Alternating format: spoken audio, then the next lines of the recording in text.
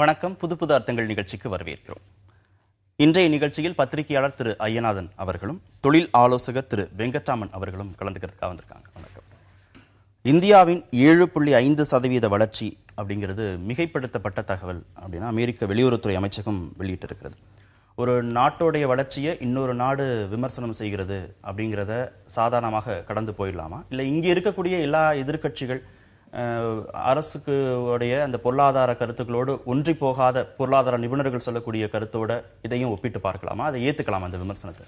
அதாவது இன்னொரு நாடு பொருளாதாரத்தை பற்றி கருத்து சொன்னால் அது தவறுன்னு சொல்லக்கூடாது. தவறு இல்லை, யார் வேணால் யார் வளர்த்தி பேசலாம். நீங்கள் இருக்கிற நிலைமையில் இது ஒரு டெக்னிக்கல் மேட்டராக தான் பார்க்கணும். இந்த ஜிடிபி க்ரோத்துங்கிறது ஒரு 7.5% இந்தியாவில் சொல்லிட்டு இருக்காங்க. அவங்க சொல்லியிருக்காங்க இந்த ஜிடிபி கூடுதலாக சொல்லியிருக்காங்கன்னு சொல்லியிருக்காங்க. அதுலேயே இந்தியாவிலேயே ஒரு அபிப்பிராய வித்தியாசம் இருக்குது. அதாவது ஜிடிபி எப்படி கணக்கு எடுக்கிறாங்க, என்ன ஃபார்முலா யூஸ் பண்ணுறாங்க அப்படின்ட்டு ஒரு இது இருக்குது. சில பேர் 7.5% இல்லை 6% தான் வரும் கூட்டினா, முன்னாடி இருந்த அணுகுமுறையை மாற்றி வேறு அணுகுமுறையை மாற்றி 7.5% காமிக்கிறான்னு சொல்லியிருக்காங்க. ரெண்டு சாரார் வாதங்களை பார்த்தா ரெண்டு சாராரும் சரின்னு தோணும் உங்களுக்கு. அந்த மாதிரி தான் இருக்கும் அதில். அதனால அதை என்ன 7.5%, 6.6%ங்கிற இதை விட வளர்ச்சி அடைந்து வருதுங்கிறது தான் அது முக்கியமான ஒரு காரணம். அதில் இது கொஞ்சம் புள்ளி விவரம். இந்த புள்ளி விவரத்தில் ஸ்டாட்டிஸ்டிக்ஸில் வரும், இந்த மாதிரி மாறுவதில்லை. ரெண்டாவது இதில் என்ன முக்கியமாக பார்க்க வேண்டிய என்னென்னா, அவங்க என்ன சொல்லியிருக்காங்க முழுக்க, அதாவது ஹெட்டிங் இப்படி போட்டிருக்காங்க, அதாவது வளர்ச்சி தவறாக சொல்லியிருக்காங்கன்ட்டு. உள்ளே படித்து பார்த்தோன்னா அவங்க ஒன்றும் பெரிய தவறாக சொல்லவே இல்லை. முன்னேற்றம் அடைஞ்சிருக்கு நாடு, பலவிதமான ஒரு ஆக்கப்பூர்வமான காரியங்கள்லாம் நடந்திருக்குன்னு சொல்லியிருக்காங்க. சில காரியங்கள் நடக்கலைன்னு சொல்லியிருக்காங்க. அதில் அவர் 2-3 தவறு செஞ்சுருக்காங்க.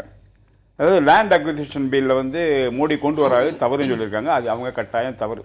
அதாவது பொருளாதார முன்னேற்றத்துக்கு பாடுபடும் போது, எக்கனாமிக் டெவலப்மெண்ட்டு, தொழில் வளர்ச்சிக்கு பாடுபடும் போது ஒரு சமூக கண்ணோட்டமும் வேணும். அந்த ஒரு லேண்ட் அக்விசிஷன் பில்லை கொண்டு வந்தார் மோடி. கொண்டு வந்த உடனே பலத்த ஒரு நாடு முழுக்க ஒரு எதிர்ப்பு ஏற்பட்டது. எதிர்ப்பு ஏற்பட்ட உடனே அவர் அந்த எதிர்ப்பு வரும்போது ஆலோசிச்சு பார்க்குறாங்க. பார்க்கும்போது தவறுன்னு தோணுது, சரி வித்ட்ரா பண்ணிட்டார். அது ரொம்ப ஒரு பாராட்ட வேண்டிய விஷயம். நான் பிடிச்ச பயலுக்கு 3 காலுன்னு போகாமல் அது பண்ணால் ரொம்ப பாராட்டப்பட்ட விஷயம். அதில் இந்த லேண்ட் அக்விசிஷன் இந்தியாவில் உள்ள நிலைமையை பார்க்கணும். இன்றைக்கி 30% வறுமை கோட்டு கீழே வாழ்ந்துட்டு இருக்காங்க. இந்தியாவில் அக்ரிகல்ச்சரிஸ்லாம் ரொம்ப கஷ்டப்பட்டு இருக்காங்க. அந்த நிலைமையில பிடிச்சி லேண்டை வாங்கி வேற எதுக்காக பலவிதமான பாதகங்கள் வரும். சில நன்மைகள் வந்தாலும் பாதகங்கள் வரும். அது பாதகங்கள் கூடுதலாக நன்மைகள் கூடுதலான்னு பார்க்கணும். அப்படி ஒரு திட்டம் அவர் கொண்டு வந்த உடனே எதிர்ப்பு வந்தது. எதிர்ப்பு வந்த உடனே புரிஞ்சுக்கிட்டு நிறுத்திட்டாரு. அதனால லேண்ட் அக்விசிஷனை விட்டு தவறுன்னு சொல்றது ரொம்ப ஒரு தவறான அணுகுமுறை. ரெண்டாவது ஒன்று பார்க்கணும், இந்த அமெரிக்க நிறுவனங்கள் அமெரிக்கா எல்லாம் கொண்டு வரும்போது பொதுவாக இவங்க எதுக்காக இந்த டெவலப்மெண்ட் இம்போர்ட் கொண்டு வராங்கன்னா இந்தியாவுக்காக இல்லை, அமெரிக்க முதலீட்டாளர்களுக்கு ஒரு வழிகாட்டாக தான் பண்ணுறாங்க. அவங்க இந்த மாதிரி ஒவ்வொரு நாட்டிலையும் பண்ணுவாங்க. நம்ம அமெரிக்காவில் வரும்போது பெருசாக வருது, இங்கிலாந்துலேயும் ஒவ்வொரு நாட்டிலையும் ஒவ்வொரு நாடை பற்றியும் ஒரு கருத்தாய்வு இருக்கும். அந்த உள்ள முதலீட்டாளர்களுக்காக கொடுப்பாங்க. அதனால் அவங்க கண்ணோட்டத்தில் தானே பார்க்கணும் மொழிய இதை பற்றி நம்ம கவலைப்பட வேண்டாம். ரெண்டாவது நம்ம இந்தியாவில் வாழ்ந்துட்டு இருக்கோம், நம்ம அனுபவிச்சுட்டு இருக்கோம், நமக்கு தெரியும் இந்தியாவை பற்றி என்ன நடக்குது. அமெரிக்காக்காரங்க நம்ம கொண்டு சொல்ல வேண்டிய அவசியம் இல்லை. ஒரு அளவுக்கு மேலே ஒரு முக்கியத்துவம் கொடுக்க வேண்டிய அவசியமே இல்லைன்னு தான் என்னோட கருத்து. நீங்கள் இதை எப்படி பார்க்குறீங்க? ஆமாம், ஐயா கடைசியாக சொன்னதான் ரொம்ப ரொம்ப முக்கியம். அமெரிக்க நாட்டினுடைய பெருநிறுவனங்கள், முதலீட்டாளர்கள் அவர்களுடைய நோக்கிலிருந்து அவர்கள் இந்திய பொருளாதாரத்தை பார்க்கின்றார்கள். இதை நான் பொருளாதார பார்வை என்பதை விட ஒரு வணிக பார்வை என்று தான் நான் கூறுவேன். அந்நாட்டினுடைய நிறுவனங்கள் இந்தியாவில் முதலீடு செய்வதற்கு எதெல்லாம் சாதகமாக இருக்கிறது, எதெல்லாம் பாதகமாக இருக்கிறது என்பதுதான் அந்த அறிக்கையினுடைய உண்மையான உள்ளீடாகும். அவர்களை பொறுத்தவரை 7.5, 8 என்பதெல்லாம் இது ஐயா அவர்கள் கூறியதைப் போல இங்கேயே அது ஒரு பெரிய சர்ச்சையாகத்தான் இருக்கிறது. ரெண்டாவது, இப்போ ஒட்டுமொத்த உள்நாட்டு உற்பத்தி என்பதுதான் கிராஸ் டொமஸ்டிக் ப்ராடக்ட் என்பதுதான் பொருளாதார வளர்ச்சியினுடைய ஒரு ஷியோர் இண்டிகேட்டர், நிச்சயமான ஒரு குறியீடு என்று நாம் எடுத்துக்கொள்கின்றோம். ஆனால் எங்களை போன்றவர்கள் எதை சொல்லுவோம்னா, ஒரு நாட்டினுடைய பொருளாதார வளர்ச்சி என்று நீங்கள் ஒரு விழுக்காட்டை நீங்கள் குறிப்பிடும் பொழுது அது அந்நாட்டு மக்களினுடைய வாழ்க்கையில் பிரதிபலித்திருக்கிறதா என்று கேட்போம். நீங்கள் இங்கே எக்ஸ்போர்ட் நிறைய ஆகிப்போச்சு, இங்கேருந்து நிறைய பொருட்கள் எல்லாம் உற்பத்தி ஆகி வெளிநாடுகளுக்கு போகுது, இங்கே நிறைய பேர் முதலீடு செய்ய வர்றாங்க, எல்லாம் சரி. ஆனால் எம்ப்ளாய்மெண்ட்டில் என்ன நடக்குது? இன்னைக்கு அந்த business process out sourcing BPO என்று சொல்லக்கூடிய அந்த ஒரு விஷயம் கடந்த 10-15 ஆண்டுகளில் நிகழவில்லை என்றால் இந்த நாட்டில் படித்த, நன்கு கற்ற, திறன் மேம்பாடு பெற்ற மாணவர்கள் எவ்வளவு பேர் வேலையின்றி தவித்திருப்பார்கள் என்றதை நீங்கள் நினைத்து பாருங்கள். இந்த நாடு அந்த இடத்தில் எதையுமே செய்யவில்லை. இவர்கள் நிலக்கரி உற்பத்தி இவ்வளவு, அது ஏகப்பட்ட சுரங்களை வச்சு நம்ம பண்ணிட்டு இருக்கோம். அதெல்லாம் இதில் வந்து part and parcel of this indicator. அப்புறம் வந்துட்டு எக்ஸ்போர்ட் இவ்வளவு, மேனுஃபேக்சரிங் செக்டார் உற்பத்தி இவ்வளவு, கார் உற்பத்தி நிறைய ஆச்சுன்னா அதெல்லாம் அதில் பிரதிபலிக்கும். ஆனால் அது அன்றாட மக்களினுடைய வாழ்க்கையினுடைய அன்றாட விடயங்களில் அது பிரதிபலிக்குமா? இருக்காது. எனவே இந்த இண்டிகேட்டர் அப்படின்றது வந்துட்டு உள்ளபடியே ஒரு நாட்டினுடைய பொருளாதாரத்தின் வளர்ச்சியை, அந்நாட்டு மக்களினுடைய வாழ்வில் ஏற்பட்டிருக்கக்கூடிய மேம்பாட்டை குறிக்கின்றதா என்றால் இல்லை. நான் ஒரு உதாரணத்துக்கு சொல்கின்றேன். நம்முடைய பார்வையும் அமெரிக்கனுடைய பார்வையும் எப்படி இருக்கும் என்பதற்காக சொல்கின்றேன். முதல் முறையாக பராக் ஒபாமா அவர்கள் அமெரிக்காவுடைய குடியரசுத் தலைவர் இங்கே வந்த பொழுது, அப்பொழுது C-130 என்கின்ற ஒரு டிரான்ஸ்போர்ட் ஏர்கிராப்டுக்காக ஒரு ஒப்பந்தமானது இல்லையா? அப்போ ஒரு ஒப்பந்தமானது, பெரிய ஒப்பந்தம் அது. அந்த ஒப்பந்தத்தை பெற்றுக்கொண்டு அவர் பேட்டி அளிக்கும் போது சொன்னார், இந்த நாட்டிலிருந்து அந்த நாட்டிற்கு நான் திரும்பும் பொழுது 50,000 பேருக்கான நான் வேலை வாய்ப்புகளை கொண்டு வந்திருக்கின்றேன் என்று நான் சொல்லுவேன் என்றார். This is the right approach. நான் ஒரு நாட்டிலிருந்து ஒரு முதலீட்டை நான் பெறும் பொழுது எனது நாட்டில் எத்தனை அளவுக்கு வேலை வாய்ப்பு கிடைக்கும் என்பதனை அவர் அப்படி பார்க்கின்றார். ஆனால் இந்த நாட்டில் இருப்பவர்கள் அப்படியெல்லாம் பார்ப்பதில்லை. ஒரு குறியீட்டை சொல்கின்றார். இது wholesale price index, consumer price index இருக்கு இல்லைங்களா, அதில் வரா மாதிரி தான் இதுவும். ஹோல்சேல் இண்டெக்ஸ் பிரைஸ் இண்டெக்ஸை வச்சுக்கிட்டு என்ன பண்ணுவாங்க, இன்ஃப்ளேஷன் இவங்க சொல்லுவாங்க. ஆனால் கன்சியூமர் பிரைஸ் இண்டெக்ஸை பார்த்தீங்க அப்படின்னா அதில் மாற்றமே இருக்காது. இது எப்படி அப்படின்றது சமீபத்தில் கூட அது விஷயமா ரகுராம் ராஜன் கூட ஒரு பேட்டி அளிச்சிருந்தார். இந்த நாட்டில் இதெல்லாம் ஒரு பெரிய சவால். இதை பார்த்தா அது உதைக்குது, அதை பார்த்தா இது உதைக்குது அப்படின்றாரு. அப்போ நீங்க பாத்தீங்க அப்படின்னம்னா நம்மளோட எக்கானமியை இவங்க வந்து ஒரு காம்ப்ளிகேட்டடா, ஒரு சிம்பிளா இவங்க பிரசன்ட் பண்ணவே இல்லை. நம்ம நாட்டில் நம்ம மத்திய அரசு பிரசன்ட் பண்ணல. அப்படிப்பட்ட ஒரு சூழல்ல அந்த கிளைமேட் எந்த அளவுக்கு வந்துட்டு இந்த இடத்துல வந்துட்டு இன்வெஸ்ட்மெண்ட்டுக்கான பாசிபிலிட்டிஸ் இருக்கு அப்படின்ற ஒரு நோக்கிலிருந்து வரக்கூடிய இந்த அறிக்கை நம்முடைய கருத்தை மிகப்பெரிய அளவிற்கு ஈர்ப்பதற்கு எந்த விதமான அடிப்படையும் இருப்பதாக நான் கருதவில்லை.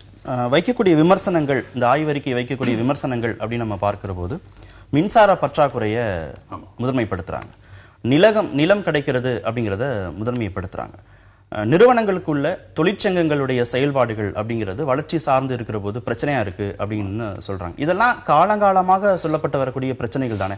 இதெல்லாம் எதுவுமே இல்ல இந்த ஆய்வறிக்கையில வந்து சொல்ற மாதிரி இதெல்லாம் நம்ம வந்து கன்சிடரேஷனுக்கு எடுத்துக்க வேண்டியது இல்லைன்னு நம்ம சொல்ல முடியுமா? அதாவது ஐயா ரொம்ப அழகாக சொன்னார், பொருளாதார வளர்ச்சி முக்கியம். அந்த பொருளாதார வளர்ச்சி ஏற்படும் போது அது சமுதாய வளர்ச்சியும் ஏற்படணும். Both should go together. அது ஒரு ஃபண்டமெண்டல், ஒரு அடிப்படை நிர்வாக அணுகுமுறை. இப்போ வந்து நாட்டில் பெரிய பிரச்சனை வேலையில்லா திண்டாட்டம். இந்த வேலையில்லா திண்டாட்டத்துக்கு காரணம், முக்கியமான காரணம் தொழில் வளர்ச்சி வரலைங்கிறது. போதுமான அளவு இல்லை.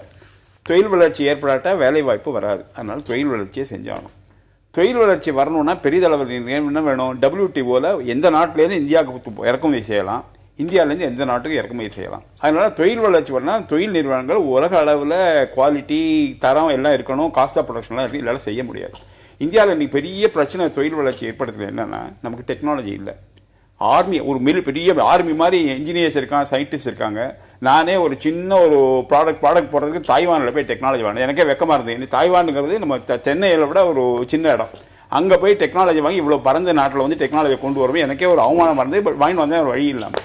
அதில் என்ன பார்க்கணும்னா, பொருளாதார வளர்ச்சி, தொழில் வளர்ச்சி ஏற்படுங்கிற அத்தியாவசியம் போது நமக்கு முதலீடு செய்ய சக்தி இல்லை, விஞ்ஞானமும் சக்தி இல்லை.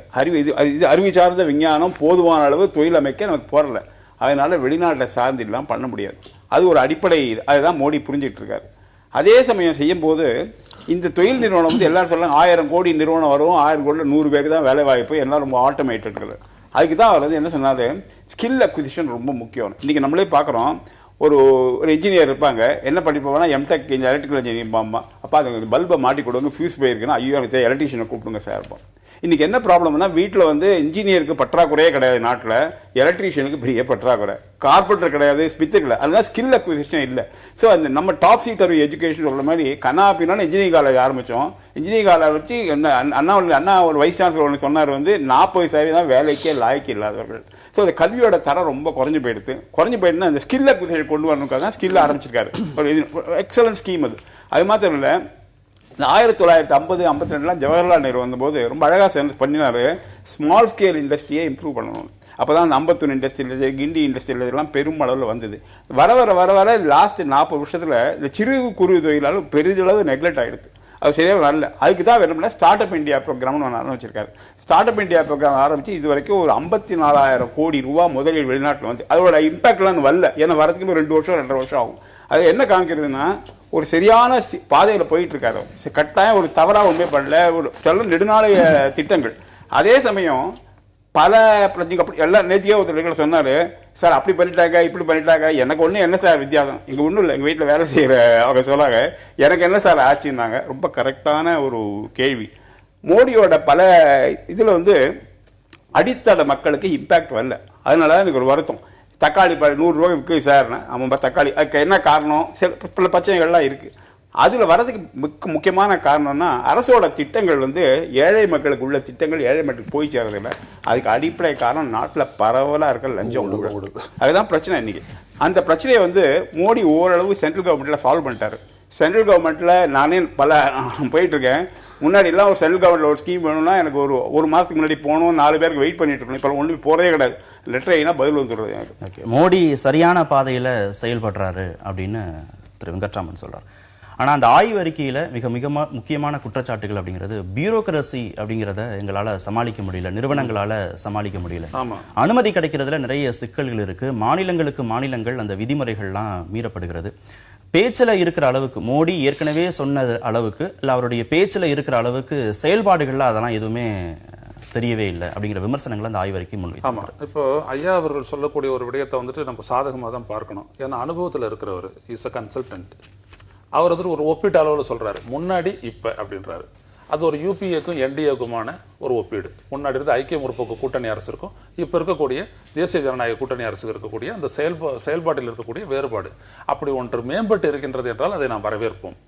இரண்டாவது இங்கே கவனிக்கத்தக்க ஒரு விடயம் என்னவென்றால், நீங்க ஒரு நாட்டினுடைய பொருளாதாரத்தை, அதனுடைய மேம்பாட்டை ஒரு இன்வெஸ்டார் ஆங்கிள் இருந்து பார்க்க போறீங்களா? That is a business perspective. நான் சொல்ல வர்றது என்ன அப்படின்னம்னா, எக்கனாமிக் பெர்ஸ்பெக்டிவ் வேணும்.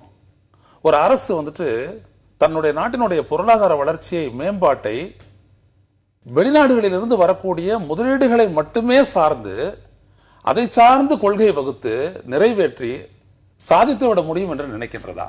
இதுதான் ஒரு முக்கியமான ஒரு கேள்வி. நம்ம அந்த நேஷனல் எக்கானமி அப்படின்ற ஒரு பெர்ஸ்பெக்டிவ் நம்ம வரணும். வரும்பொழுது அதன் அடிப்படையில் நம்ம திட்டங்களை தீட்டணும். இன்வெஸ்ட்மெண்ட் அப்படின்றது கட்டாயம் வேணும். ஐயா சொல்றபடி ஒரு காலகட்டத்தில் நம்ம 5 ஆண்டு திட்டங்களை நிறைவேற்றி இருந்த போது 7வது 5 ஆண்டு திட்டம் வரைக்கும் நமது நாட்டில் வளர்ச்சி இருந்தது. அப்போ 65,000 நம்ம இன்வெஸ்ட் பண்ணோம்னா ஒருத்தருக்கு வேலை தர முடியும் இருந்தது. இன்னைக்கு அது மாறி போயிருக்கு. இன்னைக்கு மிகப்பெரிய அளவிற்கு 1.5 கோடி ரூபாய் அளவிற்கு ஒரு முதலீடு வந்துச்சுன்னா தான் ஒருவருக்கு வேலை அப்படின்ற அளவிற்கு இன்னைக்கு வந்திருக்குது. நம்மளுடைய நாட்டினுடைய ரூபாயினுடைய பணவீக்கம் இதெல்லாம் ஒரு முக்கிய காரணம். அப்படிப்பட்ட ஒரு சூழல்ல இந்த நாட்டினுடைய திறன்களை மேம்படுத்தி இந்த நாட்டை அவர் சொல்றாரு, மற்ற நாடுகளில் இருந்து முதலீடு இது ஒரு மேனுஃபேக்சரிங் ஹப் அப்படின்றத ஆகிறதை விட சர்வதேச சந்தையினுடைய தேவைகளுக்கு ஏற்றது போல ஒரு மேனுஃபேக்சரிங் கண்ட்ரி அதை உருவாக்குறது அப்படின்றது யார்கிட்ட இருக்குது? இந்த நாட்டில் உருவாக்கக்கூடிய என்ஜினியர்கள் கிட்ட இருக்குது. ஆனா அந்த என்ஜினியர்களுக்கு கொடுக்கக்கூடிய படிப்பு சர்வதேச தரத்துக்கு இருக்கான்னா இல்லை. அதுதான் அவர் சொல்றாரு. இப்ப இந்த எம்ப்ளாயபிலிட்டி அப்படின்றத அவர் சுட்டி காட்டினார். ஒருத்தர் படிச்சுட்டு வந்தவன நான் எங்க எப்படி எம்ப்ளாய்மெண்ட் பண்ண 40% பேர்கள் கூட அதுல ஃபிட்டா இல்லை அப்படின்னு சொல்லக்கூடியது ரொம்ப நாளா வந்துருக்குது. ஆனா நம்ம அரசு கவலைப்பட்டதா? அது கல்வியை பற்றி அந்த 3வது செக்மெண்ட்ல வரும்போது விரிவா பேசுவோம். That is very very important. இன்னொரு விஷயம் ஒரு ஹேசல் ஃப்ரீ, அதுதான் அவங்க சீர்திருத்தம்ன்றாங்க. ஃபெசிலிட்டேஷன், ட்ரேட் ஃபெசிலிட்டேஷன், இதையே சொல்லிட்டு இருக்காங்க. Trade can never become economy, but trade is only a part of an economic activity. அதை நம்ம புரிஞ்சுக்கணும். நம்மளுடைய ஃபோக்கஸ் நம்மளுடைய நாட்டை மேம்படுத்தணும். ஃபார் எக்ஸாம்பிள், நம்ம நாட்டினுடைய ஒரு சின்ன தொழில்நுட்பத்தை கூட நான் ஒரு சின்ன ஒரு நாட்டுக்கு போயிட்டு வர வேண்டியது இருந்தது, ஹாங்காங்க்கு போயிட்டு வர இருந்ததுன்னு சொன்னார் அவர். இப்போ இதில் நீங்கள் பார்த்தீங்கன்னா இன்னைக்கு ஒரு தகவலை சொல்கிறேன். சில நாட்களுக்கு முன்னால் ஐயா கூட படிச்சிருப்பாருன்னு நினைக்கிறேன். R&D இன்வெஸ்ட்மெண்ட்ல உலக நாடுகளில் ஒரு ஈர்க்கும் நாடாக இந்தியா இருக்கிறது. R&Dல எதுவுமே பண்ணலையே நம்ம நினைச்சுக்கிட்டு இருக்கிறோம். ஆனா இப்போ R&Dல ஒரு மிகப்பெரிய ஒரு முதலீட்டை இருக்கக்கூடிய ஒரு நாடா இந்தியா இருக்கு அப்படின்றது ஒரு மிகப்பெரிய ஒரு இந்த விமர்சனத்தை ரகுராம் ராஜனும் வச்சிருக்கிறார். இந்தியாவில் தயாரியுங்கள் அப்படிங்கறத தாண்டி இந்தியாவுக்காக தயாரியுங்கள் அப்படிங்கறத முன்னிலைப்படுத்தணும். ரகுராம் ராஜனுடைய அந்த வெளியேற்றத்தையும் அந்த ஆய்வறிக்கை கண்டித்திருக்கிறது, விமர்சனம் செஞ்சிருக்கிறது. இந்த அளவுக்கு ரகுராம் ராஜன் விஷயத்துல அமெரிக்கா பதற்றம் காண்பிப்பதற்கான, விமர்சனம் செய்வதற்கான பின்னணியை என்ன புரிஞ்சுக்கலாம்? அதாவது அவர் என்ன சொன்னாரு, மோடி மேக் இன் இண்டியான்னு சொன்னாரு. மேக் இன் இண்டியான்னு சொல்லக்கூடாது, மேக் ஃபார் இண்டியான்னு சொல்லணும்னாரு. ஏதோ ஒரு வார்த்தை, ஒரு ஜாலம், அவ்வளவுதான். அதில் இதில் ரெண்டு ஒன்றும் வரேன் அந்த இதில். அதாவது அமெரிக்கா வந்து ரகுராமராஜனை எதுக்கு பாராட்டுறோமோ இழிப்புறாங்களோ அது அவங்க காரணத்தில் இருக்கலாம், அதை பற்றி போக வேண்டிய அவசியம் கிடையாது நமக்கு. ஆனால் இன்றைக்கி இருக்கிற பிரச்சனை இந்தியாவில் வந்து இந்த இது தொழில்நுட்பம் இருக்கு இல்லையா, அதில் சாஃப்ட்வேரை தவிர ஃபார்மசிட்டிகளில் கொஞ்சம் தவிர பாக்கி இடத்துலலாம் நமக்கு தொழில்நுட்பம் போகல. அதாவது R&Dயில் இன்வெஸ்ட்மெண்ட்னா கோடிக்கணக்கில் போயிருக்கும். கோடிக்கணக்கில் போனால் இன்னைக்கு வந்து இந்தியாவில் இருக்கிற 58 CSIR லேப்ஸை கவர்மெண்ட் ஆஃப் இந்தியாவில் பண்ணிட்டு இருக்காங்க. அதில் சொல்லியிருக்காங்க இந்த 58 CSIR லேபில் பல கோடிகள் செலவாகுது, அது 76% வந்து சேலரி அண்ட் வேஜஸ் தான் போயிட்டு இருக்கு.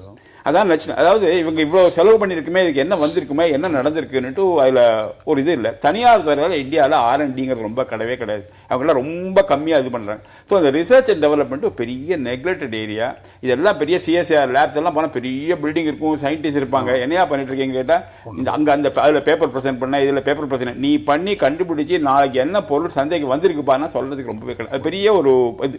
அதில் தான் இந்த ரிசர்ச் அண்ட் டெவலப்மெண்ட்டில் ஒரு புது டைனாமிக்ஸை கொண்டு வரணும், கவர்மெண்ட்டில் கொண்டு வர மாதிரி. அதுக்கு ஒரு வழி நானே சொல்லியிருக்கேன், 2-3 லெட்டர் போட்டிருக்கேன். ஒரு ஜாயிண்ட் செக்டாராக கொண்டு வாங்க, ரிசர்ச்சையும் தனியாரையும் சேர்த்து செய்யமா பண்ணுங்கன்னுட்டும். அது என்னமோ பண்ணி என்ன பண்ண போகிறாங்க தெரியாது எனக்கு. அதில் ரிசர்ச் அண்ட் டெவலப்மெண்ட் பெரிய வீக்னஸ். தொழில்துறை முன்னேறணும்னா விஞ்ஞான வளர்ச்சியெல்லாம் முடியாது, பொறியியல் வளர்ச்சியெல்லாம் முடியாது. அதுக்கு ஷார்ட்கட்டே கிடையாது. இருக்கு ஒரே வழிதான் இருக்கு. அந்த தொழில் முன்னேற்றம் வந்து விஞ்ஞான வளர்ச்சி வந்து அப்புறம் இந்தியா முன்னேற்றம்னா எல்லாரும் பொறுத்துட்டு இருக்க மாட்டாங்க, உடனே செஞ்சாலும். அதில் வந்து சைனாவோட எக்ஸாம்பிள் நம்ம எடுக்கணும். சைனா அபரிதமான வளர்ந்த காரணம், நான் சைனாக்கு நிறைய ஒரு சைனா டெஸ்க்னே ஒன்று இருக்குது, நாங்கள் ஆலோசி பார்த்துட்டு இருக்கோம். சைனா கெமிக்கல் ரிப்போர்ட்னு இருக்குது, நான் ஸ்பெஷல் ஆர்டிகல் 3 மாதத்துக்கு எழுதுறேன்.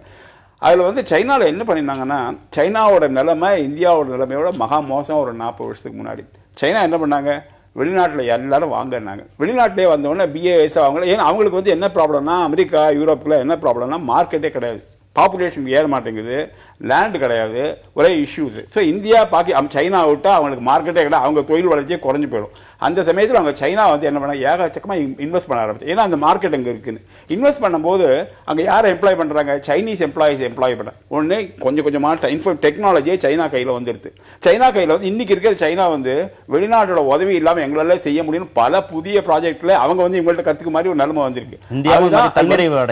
இந்தியாவும் அந்த மாதிரி தன்னிறைவு செஞ்சுதான். இன்னைக்கு இருக்கிற நிலைமையில வெளிநாட்டை சார்ந்து இல்லாம இந்தியாவில் தொழில் முன்னேற்றம் வர நம்ம பேசி. மோடி ஒபாமா சந்திப்புக்கு பிறகு அமெரிக்கா வெளியிட்டிருக்கக்கூடிய நல்லுறவு நீடிக்குது அப்படின்னா சொன்ன மிக குறைந்த நாட்களுக்கு உள்ளாக வெளியிட்டிருக்கக்கூடிய விமர்சனம் இது. இதுக்கு மத்திய அரசு இன்னும் எந்த விதமான ரியாக்ஷன்ஸையும் வெளிப்படையா சொல்லல. சொன்ன பிறகு நம்ம தொடர்பாக தொடர்ந்து விவாதிக்கலாம். ஒரு சிறிய இடைவேளைக்கு பிறகு தொடர்ந்து பேசலாம். சென்னை குன்றத்தூர்ல மாடியிலிருந்து நாயை தூக்கி வீசிய மருத்துவக் கல்லூரி மாணவர்கள் 2 பேர் கைது செய்யப்பட்டிருக்காங்க. அவங்க உடனே ஜாமீன்லையும் விடுதலை செய்யப்பட்டிருக்கிறார்கள். இது தொடர்பான அந்த வீடியோ காட்சிகள் வாட்ஸ்அப்லையும் ஃபேஸ்புக்லையும் வந்தது. அதன் அடிப்படையில் கொடுக்கப்பட்ட புகாரின் அடிப்படையில் இந்த நடவடிக்கை எடுக்கப்பட்டிருக்கிறது. இந்த நடவடிக்கையை எப்படி பார்க்குறேன்? மிகப்பெரிய ஒரு தலைக்குனிவாக பார்க்கின்றேன். இன்னொரு இடத்துல வந்துட்டு பார்த்தீங்க அப்படின்னம்னா, இது ஒரு பெரிய அப்பாலிங். மாணவர்கள், மருத்துவக் கல்லூரி மாணவர்கள், இறுதி ஆண்டு படிக்கிறவங்க, அவங்க 2 பேர் சேர்ந்து ஒரு டொமஸ்டிகேட்டட் அனிமல், நம்மளோட பழகக்கூடிய ஒரு பிராணியை வந்துட்டு மேலேருந்து தூக்கி வீசுறாங்க அப்படின்னம்னா, இவங்க எப்படி மருத்துவரானா என்ன பண்ணுவாங்க? இவங்களாம் மருத்துவராக தகுதி பெற்றவர்கள் தானே? இப்படியாப்பட்ட ஒரு படிப்பு தான் இந்த நாட்டில் இருக்கா? கொஞ்சம் கூட மனிதாபிமானமே இல்லாத ஒருத்தர் வந்துட்டு இந்த நாட்டில் வந்துட்டு கல்வியெல்லாம் முடிச்சுட்டு மருத்துவனாகவும் பொறியியலாளனாகவும் ஆக முடியுமா? ஒரு பொறியாளர் வந்துட்டு வெட்டுறாரு, இன்னொருத்தர் நாயை தூக்கி போடுறாரு. இதெல்லாம் என்ன அப்படின்றது ஒரு பெரிய ஒரு கேள்வியை எழுப்புகிறது. நாம் பண்ணிட்டு இருக்கிற பல விஷயங்கள் வந்துட்டு அடிப்படையே அற்றதாக இருக்கிறது. ஒரு படித்தவங்ககிட்டேருந்து எதிர்பார்க்கக்கூடிய ஒரு பண்புகள் எதுவும் இன்றைக்கு படித்த மாணவர்களிடமிருந்து எந்த விதத்திலும் வெளிப்படலை. அதான் ரொம்ப பெரிய கஷ்டம். எப்படி இப்படி தோணுச்சுன்னு எனக்கு தெரியல. அதுவும் நான் எல்லாருக்கும் தெரியும், நான் நன்றி உள்ள ஜீவன் அப்படின்லாம் பேசப்படக்கூடிய ஒரு சமூகத்தில் இந்த மாதிரி ஒன்று நடக்குது. எல்லாம் எப்படி? அப்போ இந்த நாட்டில் கற்பிக்கப்படக்கூடிய கல்வி வந்துட்டு ஒரு மாணவனை எந்த அளவிற்கு அவனை மனிதனாக்கி இருக்கிறது என்றெல்லாம் யோசிக்க வேண்டியது இருக்கிறது. எனவே நாம் யோசிக்க வேண்டிய ஒரு விடயம், அடிப்படைகளில் நாம் சரியாக இருக்கின்றோமா? Are we really good in our fundamentals என்கின்ற ஒரு கேள்வி இதை எழுப்புகிறது. இதற்கு நாம் விடை காண வேண்டும். இந்த செயலை, மாணவர்களின் செயலை நீங்க எப்படி பார்க்குறீங்க?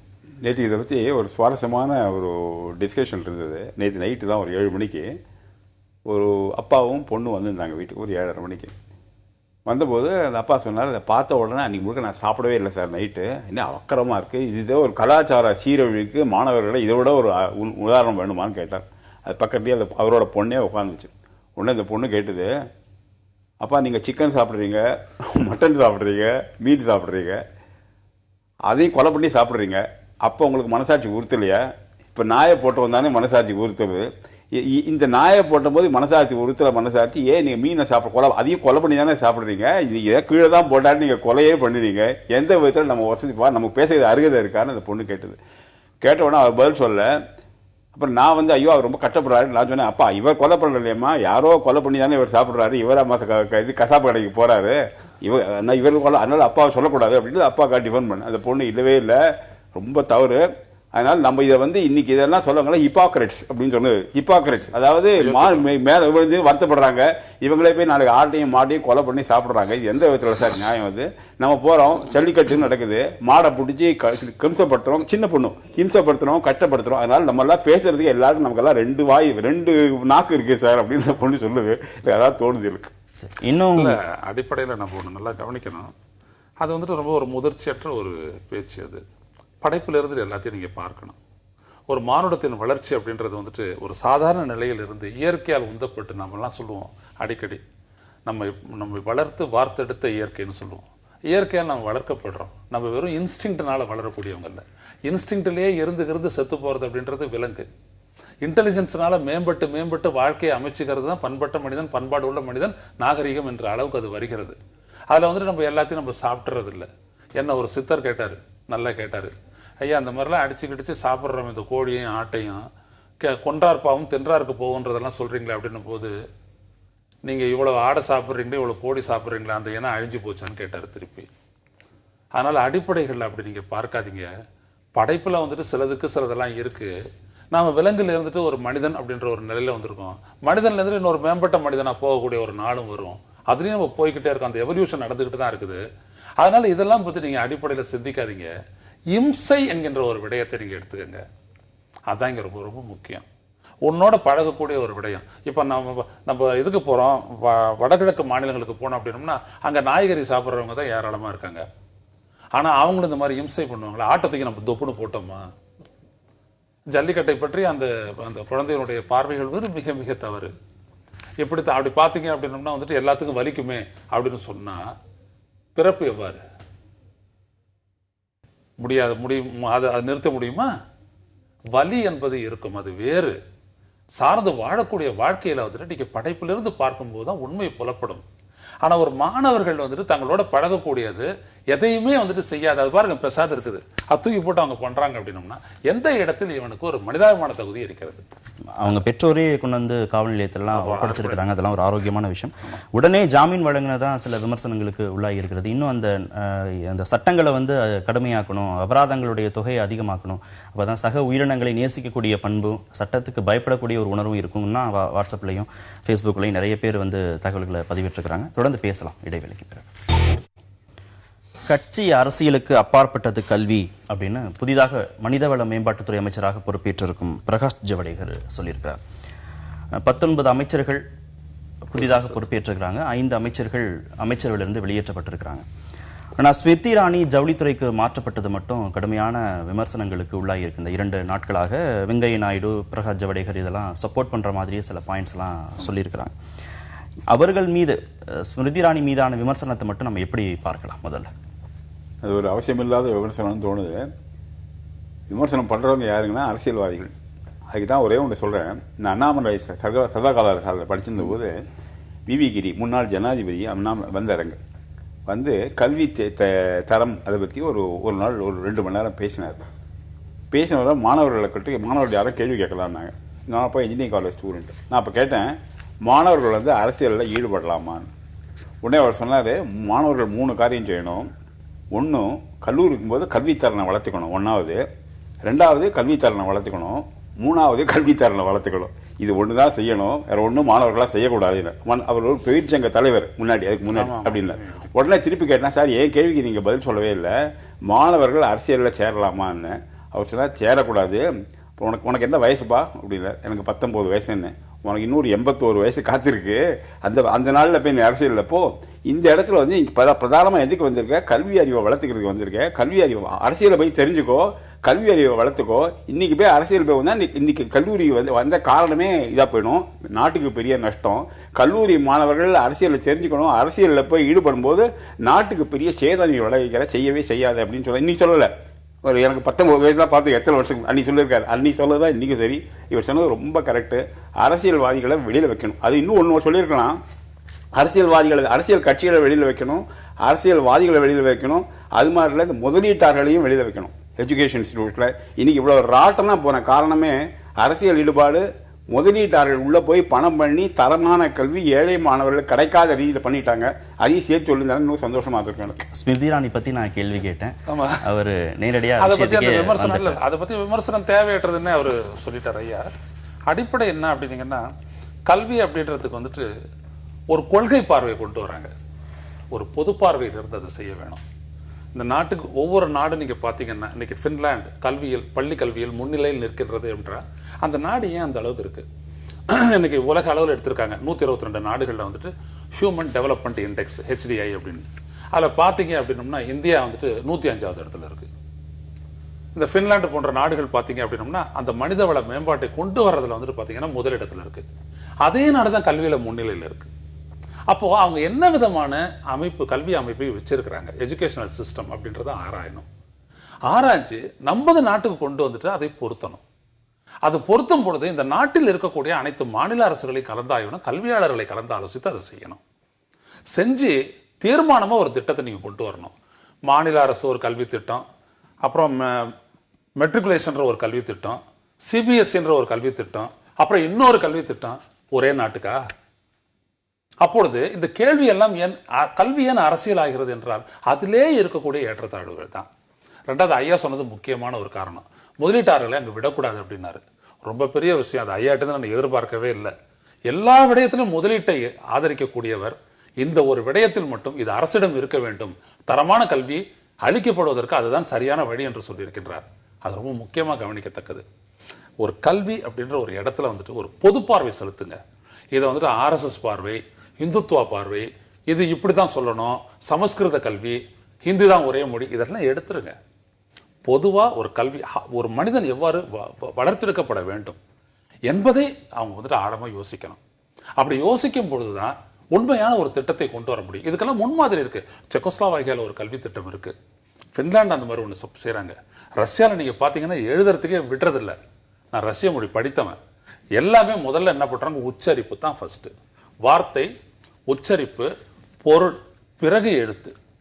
எல்லாம் ஒரு வாரத்துக்கு ஒரு முறை வைக்கக்கூடிய அந்த ஓரல் டெஸ்டோட முடிஞ்சு போச்சு. 5க்கு 4 மார்க், 5க்கு 3 மார்க், ஃபெயிலு பாஸ்ன்ற சிஸ்டமே கிடையாது.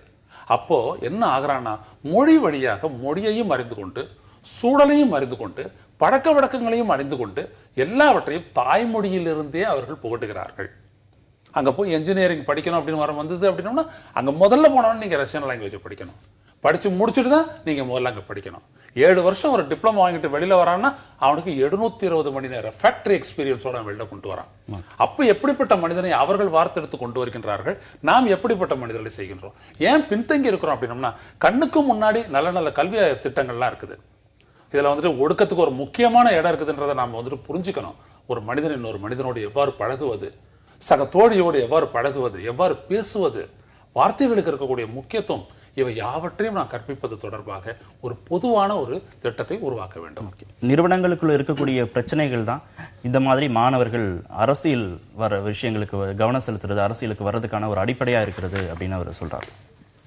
படிக்க தான் வரீங்க, படிக்கிறத தவிர வேறு வேலைகள் ஏன் நீங்க கவனம் செலுத்துறீங்க, உங்களுக்கு ஏன் அரசியல் தேவை அப்படின்னு ஸ்மிருதி இரானி கேட்கிற போது கன்னியாகுமார், எங்களுக்கும் அரசியல் தேவை, அரசியலுக்கும் மாணவர்கள் தேவை. நிறுவனங்களுக்குள்ள நாங்கள் 1008 பிரச்சனைகளை சந்திக்கிற போது எங்களால் முழுமையாக படிப்பில் கவனம் செலுத்துவதற்கான வாய்ப்புகள் இல்லை அப்படின்னு சொல்றாங்க.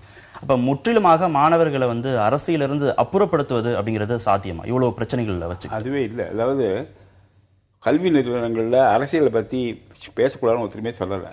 விவாதங்கள் நடக்கலாம். நிறையா இன்னைக்கு இருக்கிற அரசியல் நிலைமையில, பொருளாதார நிலைமையில மாணவர்களுக்கு அதை பற்றி ஆராய்ச்சி செய்ய பலவிதமான வாய்ப்புகள் இருக்கு. அரசியலை பற்றி விவரிப்பது ஒன்றும், விவாதிப்பது ஒன்றும், அதை பற்றி ஆராய்வது ஒன்றும், அரசியலிலே போய் ஈடுபடுவது வேற. ரெண்டுக்கும் பெரிய வித்தியாசம் இருக்கு. அரசியலில் ஈடுபட்டா நீ அரசியல்வாதி ஆயிடுற, அப்புறம் மாணவர்கள் ஒன்று சொல்லவே முடியாது.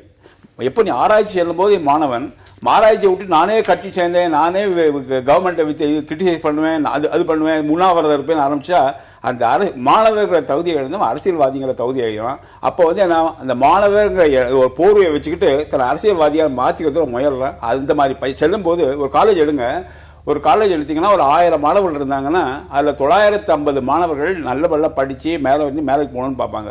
ஒரு 40-50 மாணவர்கள் இந்த மாதிரி இருப்பாங்க. இந்த மாதிரி 40-50 மாணவர்கள் தங்களோட ஒரு வழிமுறையினாலையும் சில வெளி வட்டார ஆதரவுனாலையும் அவங்க போய் அந்த இன்ஸ்டிடியூஷனே பேரலைஸ் பண்ணிடுறாங்க. இப்போ மெட்ராஸ் எடுத்துக்கோங்க, சென்னை எடுத்தீங்கன்னா தினம் பதில் மாணவர்கள் கத்தி குத்துன்னு வந்துட்டு இருக்கு.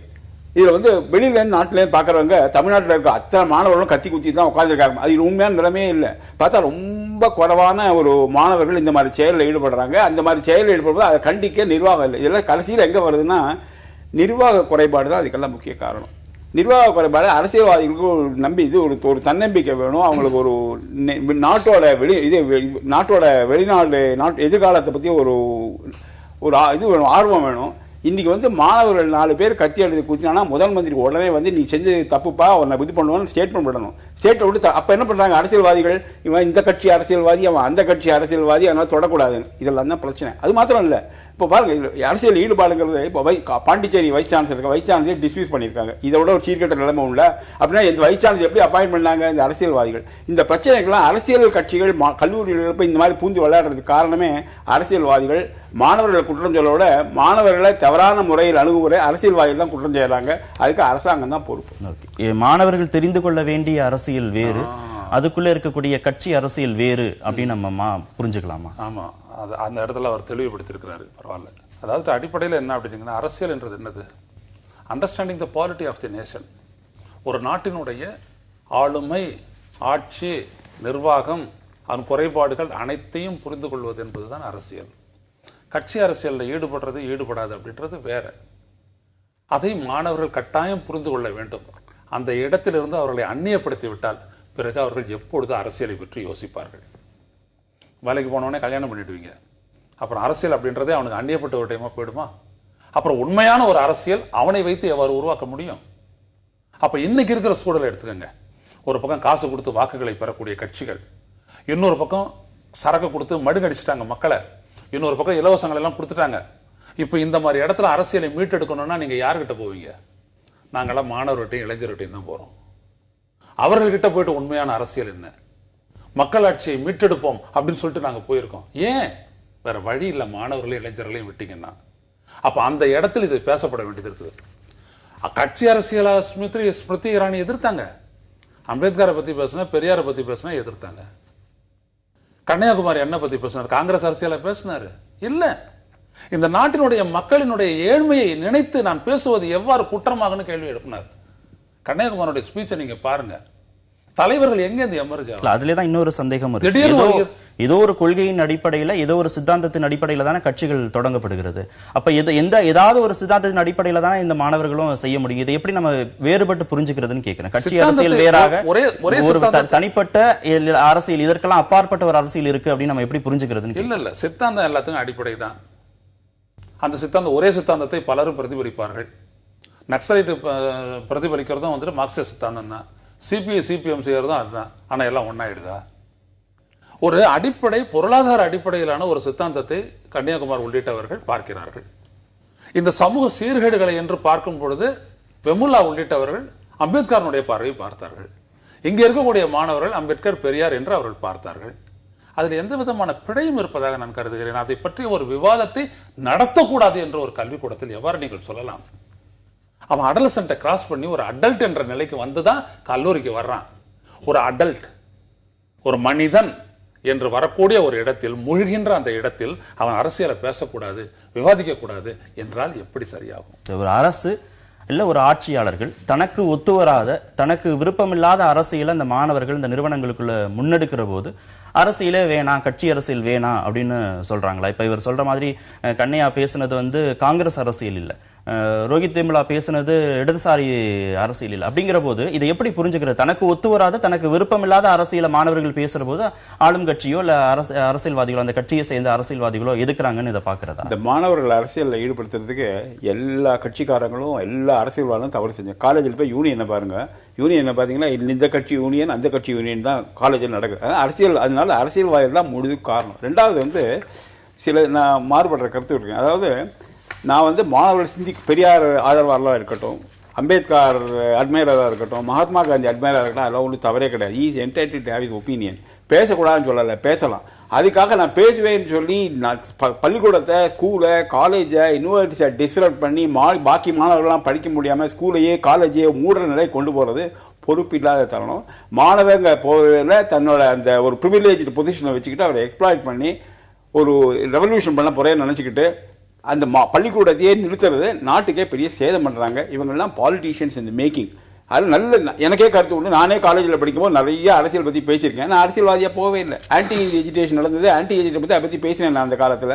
அதுக்காக நான் ஒன்றும் அரசியல் அது போல தான். ஏன்னா கருத்து இருக்கக்கூடாதுன்னு சொல்லவே இல்லை, கருத்து சுதந்திரம் இருக்கக்கூடாதுன்னு சொல்லலை. இந்த கருத்து சுதந்திரங்கிற போர்வையில் எஜுகேஷன் இது பண்ணி அரசியலில் போய் அரசியல்வாதிகளை பற்றி பேசி இந்த மாதிரி காலேஜ் நடக்கிறதையே நிறுத்தி ஸ்ட்ரைக் பண்ணி பண்ணும்போது இவங்கெல்லாம் நாட்டோட ஒரு துரோகம் பண்றவங்க தான் தோணுவடியா மாணவர்கள் நல்லா பார்க்க விரும்பல. நாம இந்த நடவடிக்கைகளையும் அரசியல் ரீதியான நடவடிக்கைகளையும் மாணவர்களுடைய இந்த 2 நடவடிக்கைகளையும், நீங்க பஸ் டே கொண்டாடுறது, போராட்டம் நடத்துறது, அந்த அதையும் மற்றபடி சித்தாந்த ரீதியாக குரு உற்சவ் கொண்டாடணும், சமஸ்கிருத வாரம் கொண்டாடணும்னு ஒரு கொள்கையை சார்ந்த ஒரு திணிப்பை செய்யும் போது மாணவர்கள் அரசியல் ரீதியாக முன்னெடுக்கக்கூடிய நடவடிக்கைகளையும் நீங்க ஒரே தளத்துல வச்சு பேசுறீங்களோ? பார்க்கவே இல்லைன்னா நான் சொல்றேன், சித்தாந்தங்கள் இந்த கத்தி குத்துறவன், பஸ் ஏறுறவன் அது வேற ஒரு தரம் இல்லாத மாணவர்கள்.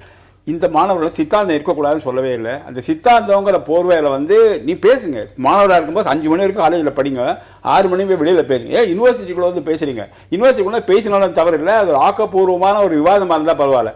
அதையே ஒரு காழ்ப்புணர்ச்சி ஏற்படும்படி ஒருத்தரை பத்தி மோசமா பேசுறதுன்னா மாணவர்கள் தகுதிக்கு ஒரு தகுதி இல்லாத செயல் தான் தோணுது எனக்கு. அந்த மாதிரி பண்ணும்போது அவங்க என்ன மனசுல வச்சுக்கணும்னா, பலவிதமான கருத்துக்கள் இருக்கும். இதே கல்லூரியில இந்த ஒரு ஆளுக்கு இந்த கருத்து இருந்தா பாக்கி இன்னொருக்கு வேற ஒரு கருத்து இருக்கும். ஒவ்வொருத்தரும் இதே மாதிரி கருத்தை பேசி செல்ல ஆரம்பிச்சா பள்ளிக்கூடமா நடக்குவாங்க. அதுல ஒரு சாரார் பேசுறாங்க, இதே கருத்து உள்ள பாக்கி சாரார் பேசாம உட்காந்துருக்காங்க. அதனால பாக்கி எல்லாம் ஒத்துக்கணும்னு அர்த்தம் இல்லை. ரெண்டாவது இதே கல்லூரி எவ்வளவோ மாணவர்கள் 95% நல்ல படிச்சு மேல உள்ள போகணும், அறிவை வளர்த்துக்கணும்னு இருக்காங்க. அவங்களுக்கெல்லாம் நீங்க குறுக்க நிக்கிறீங்க.